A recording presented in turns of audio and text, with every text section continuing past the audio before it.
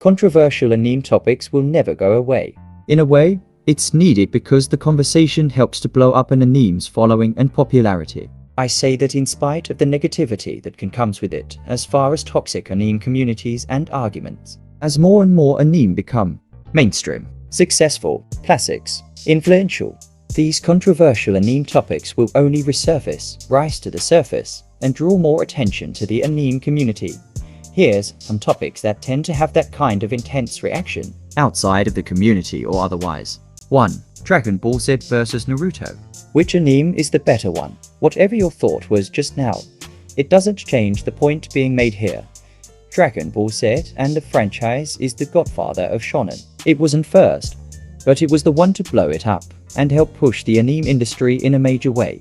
It's a classic and is still going. Naruto is also iconic and has tons of emotional value with its characters, stories, and how it's written. This is why the debate between DBZ and Naruto is so intense, and why it's always bound to make the fandoms fight to the death. 2. Saitama vs Goku. Saitama vs Goku is another controversial anime topic. Even more so than the first mentioned in this post, there's always jokes being made about what Saitama would do to Goku, and how weak Goku is in comparison. There's good arguments and bad on both sides. And until something official happens, the back and forth won't stop. Both characters and series are just popular for their own good. 3. Deku as a protagonist. Deku, or Izuku Midoriya, has become a relevant shonen protagonist in the community, a character most can't ignore. Even the haters and critics can't deny his presence and influence. He started out as the crybaby who was bullied by his once best friend growing up.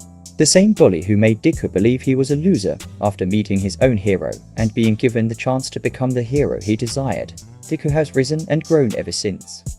5 seasons in and people are still trying to downplay his success, while others are praising it. This controversial anime topic won't be dying down anytime soon. 4. Female fanservice. Female fanservice or fanservice is one of the most commonly criticized topics in the anime industry. In fact, it's criticized by anyone and everyone who aren't even part of the industry. The most common arguments are: it's sexist, it's misogynist, it's objectification, it's toxic, and every other weaponized word used by the internet to draw attention. If it's sexist, it wouldn't celebrate and even put women on a pedestal to certain degrees. If it's misogynist, that would mean every female character would be portrayed in the most negative way possible to showcase men's hatred. As far as objectification, anime characters are objectified by design, so that argument is out the window since they're fictional designs. The reality is female fanservice is neither negative or positive. It's whatever the viewer decides it is outside of extremes. This topic will continue to cause controversy because of this, but I can't say this will last for too much longer. 5. Subaru Natsuki as a protagonist. Subaru Natsuki always gets criticized for being a so-called pussy, wimp, coward, and a character who's irritating, annoying, weak, and complains or cries too much. This speaks to the lack of empathy the viewers of this series have shown. Think about it. Subaru is traumatized more times than we can count. He's put through hellish situations no normal teenager would experience. He's broken and reconstructed like a piece of metal multiple times.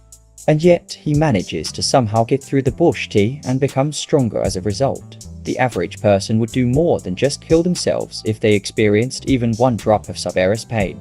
People downplay his character, and it's a common thing in the anime community. Most can't see how all these facts actually makes him one of the most realistic and relatable characters.